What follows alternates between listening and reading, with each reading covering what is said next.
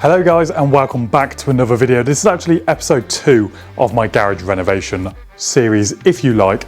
I've been a little bit slack and not really filmed a lot of the demolition process, purely because when you're knocking down walls and things like that, you just want to crack on and get it done. You don't want to be worried about cameras, camera battery, getting your cameras filthy or possibly destroyed. But anyway, this is the long anticipated garage update video, and I've actually managed to squeeze in another car into my double garage purely for this video. What I'm going to do in this video is show you guys, give you guys a little tour of my garage, because things have come a very, very long way since my last video on the garage, which you may have seen. If you haven't, make sure you click in the top corner and go watch it now. We've got all my, almost like a wall of fame, all the cars I have ever owned on the wall along here, from my first car, my Peugeot 206, to my most recent Jaguar F-Type, or maybe it should be the R8. Of course, we've got the Gumball 3000 banner on the wall, and I recently acquired a Iron Man helmet, which is rather fitting with the Audi R8. So this side is just, I mean, it's really kind of the show side is what I'm going for. And I've even found parts of my old cars, things such as the tax disc from my first and second car. I also have the old badges from my Z4, another one there. And then if I squeeze a bit further down, we even have the original badge from my M3 and a Nürburgring lap pass, as you can see, photos there on the carousel.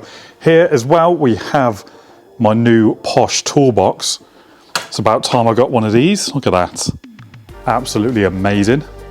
Recently rebuilt the whole rear end of my car using this. If we pan the camera over to where there was once a wall, you will see I now have my full-size double garage, and I've even managed to squeeze in my new to me MX-5 with a hardtop. Along this line was a wall, so this section was a single garage, and then this side, this kind of part, maybe up to that white cupboard there, this bit was a garage, and then that bit was a utility room.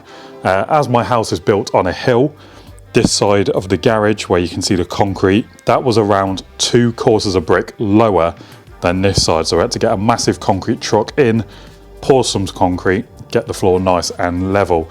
Now, when I say 2-car garage, because this is a work in progress, as you can see, the MX-5 is really pushing the limits here. At a later date, I do plan on removing this center pillar and putting in one big double door. That way I can squeeze 2 cars in here with ease. I mean, this is quite a ridiculous view.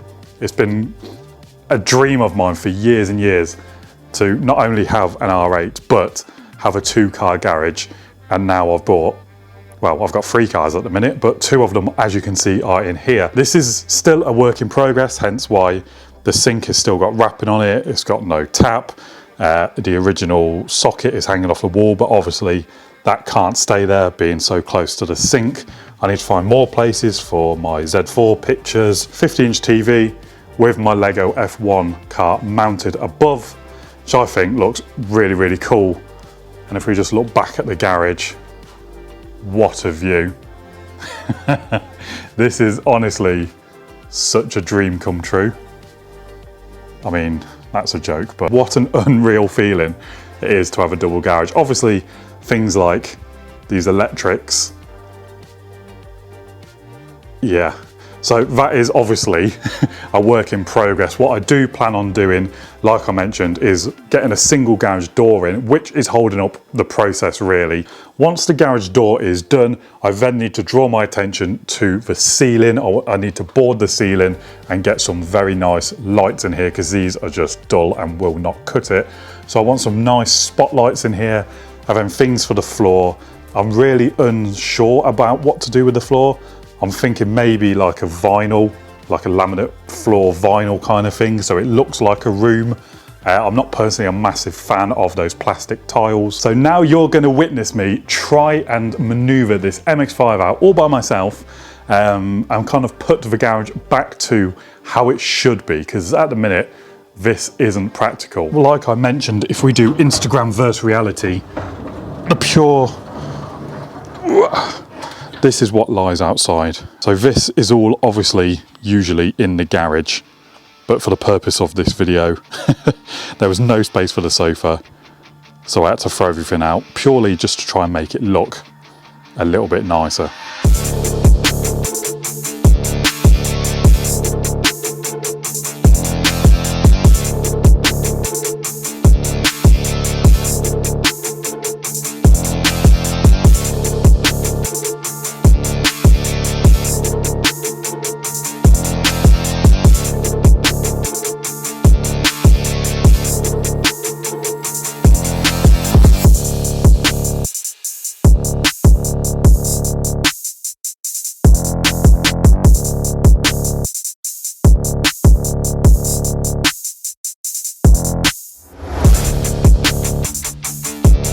So weirdly, that was actually a lot easier getting it out than it was in. Now I know someone's going to ask in the comments, why did I not just use that door? Well, simply because that door no longer has the rails to guide the door, purely because the wall cupboards were stopping it. And also, like I mentioned, because this floor is now 2 quarters of the brick higher, that means the driveway slopes on the outside downwards.